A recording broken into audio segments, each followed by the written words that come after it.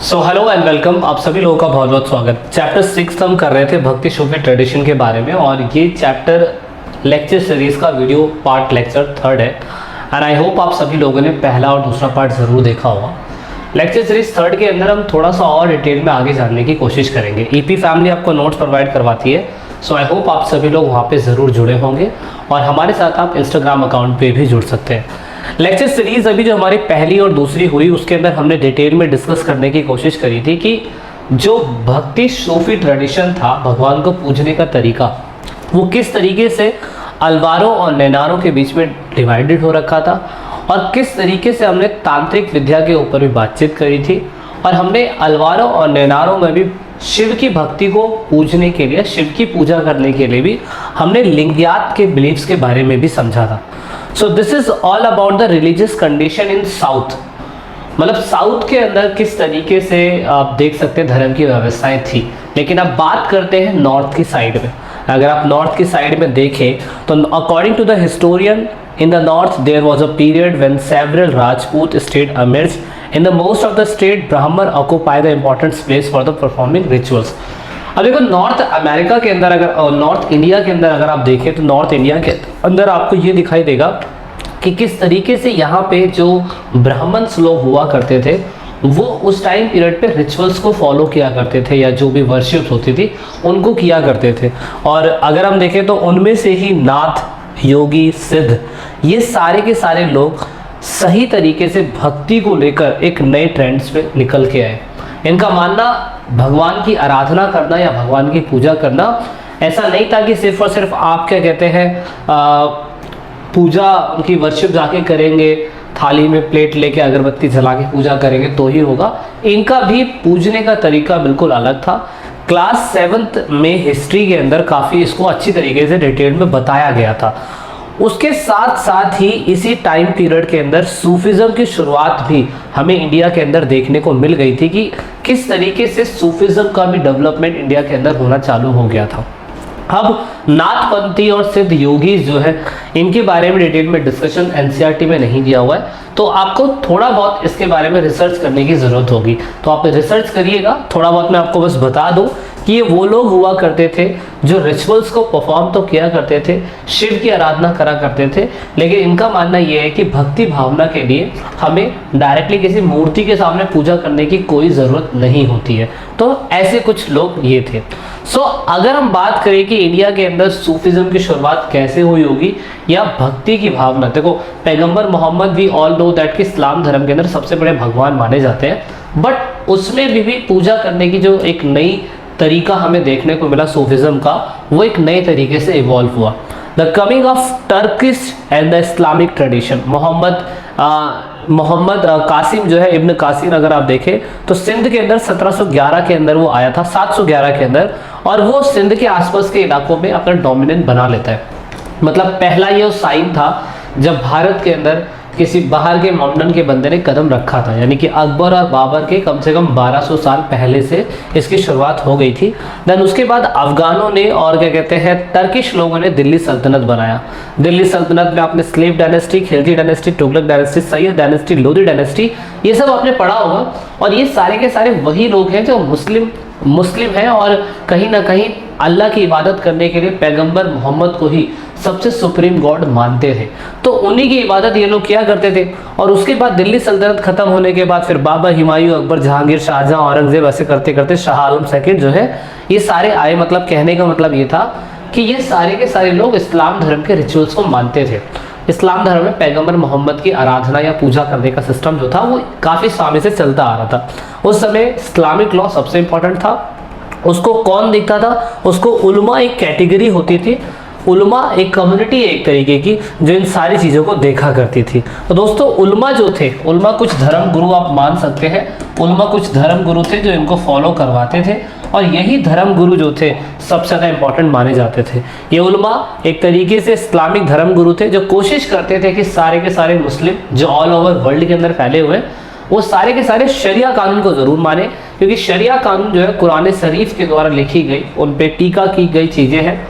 और पैगंबर मोहम्मद ने जो खुद बातें कही है ना, वो खुद शरिया के अंदर डाली गई है। तो इस तरीके से पूरा इस्लाम के ऊपर कंट्रोल उलमा कम्युनिटी करती थी, जो इस्लामिक लॉ को फॉलो करवाती थी।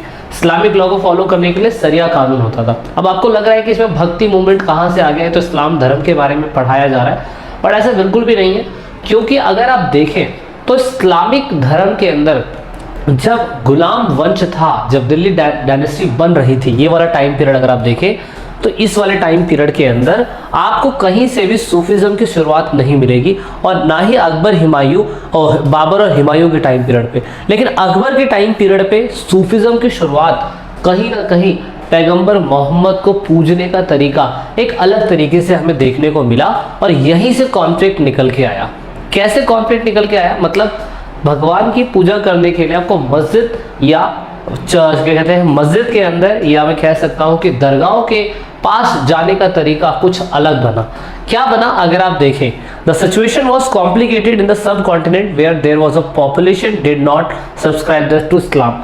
मतलब ये सिचुएशन जब कॉम्प्लिकेटेड हुई, जब इंडिया के अंदर इस्लाम डायनेस्टी बढ़ रही थी या मुगल डायनेस्टी बढ़ रही थी और इस्लाम कल्चर को फॉलो करने की कोशिश करवा रही थी, तो ऐसे बहुत से लोग थे जो इस्लाम धर्म को फॉलो नहीं करना चाहते थे। इवन इंडियंस तो करना ही नहीं चाहते थे, जो कट्टर ब्राह्मण होंगे।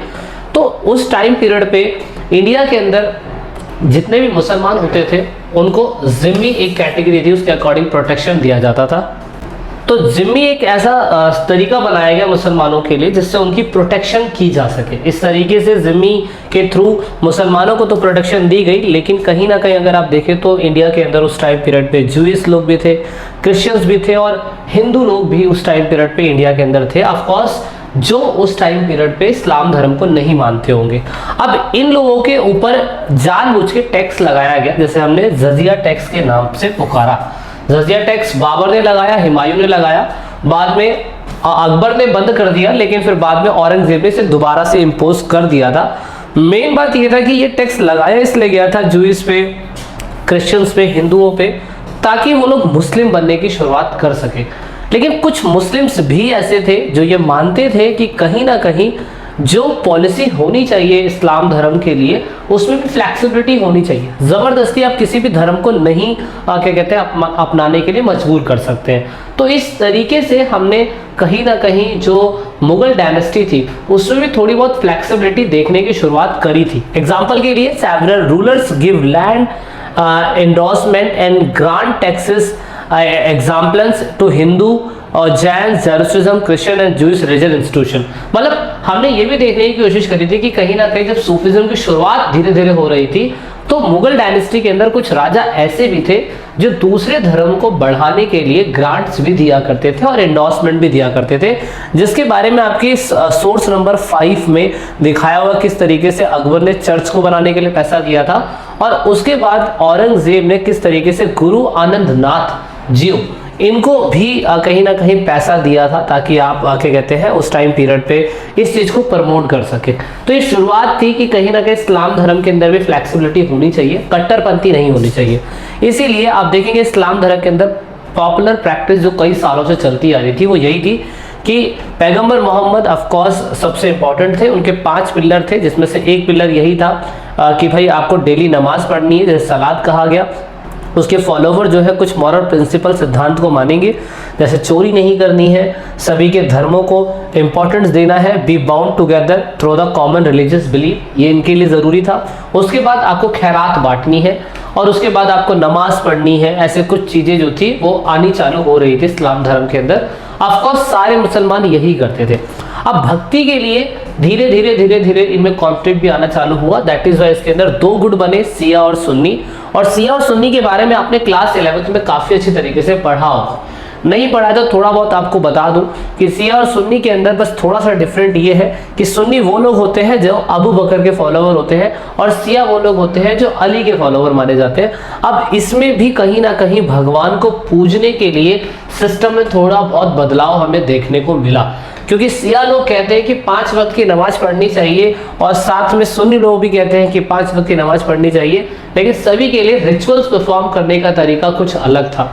कोई मस्जिद में जाके करता था और कहीं कोई दूसरी प्लेस पे जाके करता था, तो दोनों में थोड़ा बहुत अंतर देखने को 19-20 देखने को मिला। तो यहाँ से थोड़े बहुत रिचुअल्स चेंज होने लग गए। इस्लाम 2 हिस्सों में बटा, शिया और सुन्नी में, और ऐसे बढ़ते बढ़ते जो शिया था उसमें भी कैटेगरी एक इस्माइलीज करके जो है वो एक नया सेक्ट निकल के आया, और उसमें भी थोड़ी बहुत चीज़ें हमें अलग देखने को मिली। इवन हमें कुछ मुस्लिम्स एंशिएंट अरब के टाइम पीरियड पे मालाबार कोस्ट, केलर के आसपास के इलाकों में भी हमें थोड़े बहुत अरब मुस्लिम देखने को मिले जो मालाबार कोस्ट के आसपास रहते थे और मलयालम लैंग्वेज बोला करते थे। सोचिए, मतलब इसमें भी कितना बड़ा कॉन्फ्लिक्ट हमें देखने को मिला। इसकी वजह से इनके कल्चर में मिक्स हमें काफ़ी कुछ देखने को मिला। मेन ये था कि ये याद रखिएगा कि यहाँ पे ये लोग पूरी तरीके से चिल्ड्रन जो होते थे, यहाँ पे लिखा हुआ है matrilocal resident is the practice where women after marriage remain in their natal home with their children and the husband may come to stay with them। ये एक सिस्टम था। ये सिस्टम के अंदर जो अरब के लोग शादी कर लिया करते थे इंडिया के वुमेन से, तो शादी होने के बाद जो अरब लोग हुआ करते थे वो केरला में आके बस जाते थे या मालाबार कोस्ट के पास आके बस जाते थे, और इसी वजह से इस्लाम धर्म आपको मालाबार कोस्ट में भी थोड़ा बहुत देखने को मिलेगा। इसकी ये एक स्पेशलिटी कि बच्चे के घर पे आके पिताजी रहेंगे, जबकि वो अपने घर में ले जा नहीं सकते, थोड़ा बहुत अंतर था। इसी वजह से मैं कहूँगा the best example of blending the universal faith and local tradition in the mosque. तो अगर आप देखें तो इसकी वजह से हमारे जो क्या कहते हैं इस्लाम धर्म है उसके अंदर थोड़े बहुत बदलाव देखने को मिले, स्ट्रक्चर्स में, बिलीव्स में, और इनके पिलर्स में, आर्किटेक्चरल चीज़ों के अंदर भी हमें बदलाव देखने को मिले। क्लास 11th के बच्चे जो है ये फाइन आर्ट के सब्जेक्ट में पढ़ते हैं कि किस तरीके से इनके गुंबद, मेहराब, छज्जे, और उसके बाद किस तरीके से इनके इनमें यूज़ किए गए मटेरियल वो कितने कितने अलग थे, क्योंकि इस्लाम धर्म इंडिया के हर हिस्सों में फैला है इसी वजह से। और ऐसा हमें लगता है कि हिंदू और मुस्लिम जो है वो एक रिलीजियस कम्युनिटी है, लेकिन मुस्लिम इंडिया के अंदर ही इस्तेमाल किया जाता है शब्द। 13वीं सेंचुरी से पहले तो ये शब्द मुस्लिम शब्द था ही नहीं।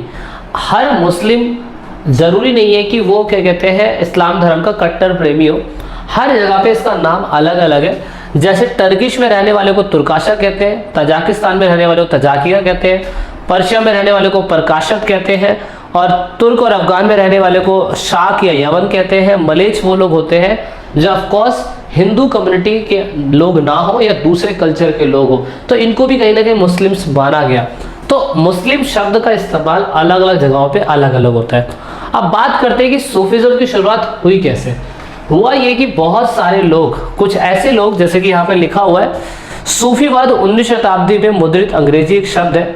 इस सूफीवाद के लिए इस्लामी ग्रंथ में जिस शब्द का इस्तेमाल होता है वह तसव्वुफ है।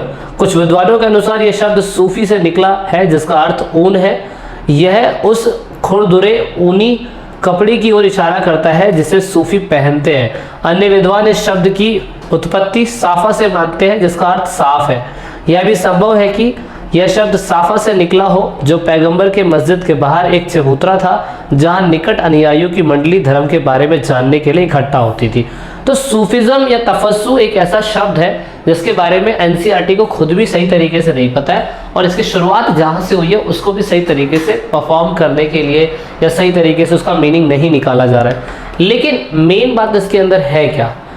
सूफी were a group of religious minded people in Islam. They were critical of the dogmatic definition and scholars method of interpretation of Quran. They empathize the interpretation of Quran on the basis of personal experience. यहाँ पे सूफी इस्लाम में धार्मिक सोच वाले लोगों का समूह है। वह कुरान की व्याख्या करने के लिए कट्टर परिभाषाओं और विद्वान के तरीकों के आलोचक है।